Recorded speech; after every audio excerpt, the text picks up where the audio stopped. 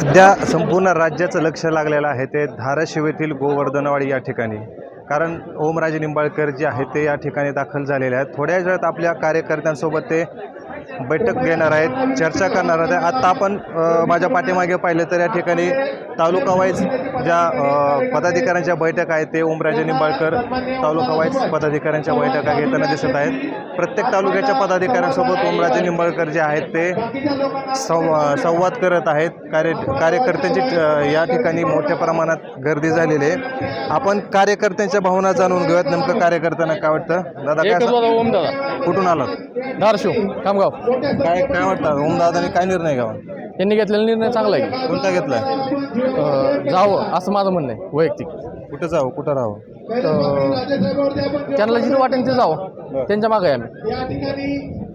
दादा काय वाटतं ओमदादा काय निर्णय घेतील?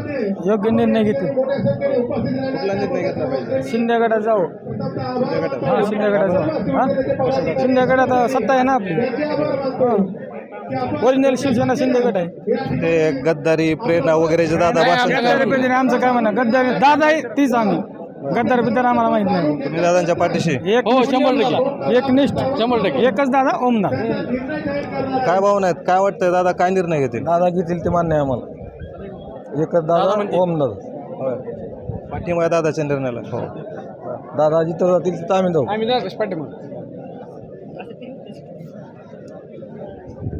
दादा काय वाटतं ओमदादा काय निर्णय घेतील? दादा जिकडे जातील तिकडं आम्हाला मान्य आहे. आम्ही त्यांच्या पाठीमागं. काय अडचण शिंदे सेनेत गेले तरी अडचण नाही. काय अडचण नाही.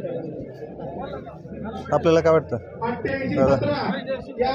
जो निर्णय दादा घेतील तो मनापासून आम्हाला मान्य आहे. कारण मतदारसंघातील कामं पाहता किंवा त्यांच्यावर येणारा लोड, कार्यकर्त्याच्या समस्या ही सत्ता असल्याशिवाय सोडू शकत नाही, ते दादाला ज्ञात होतात.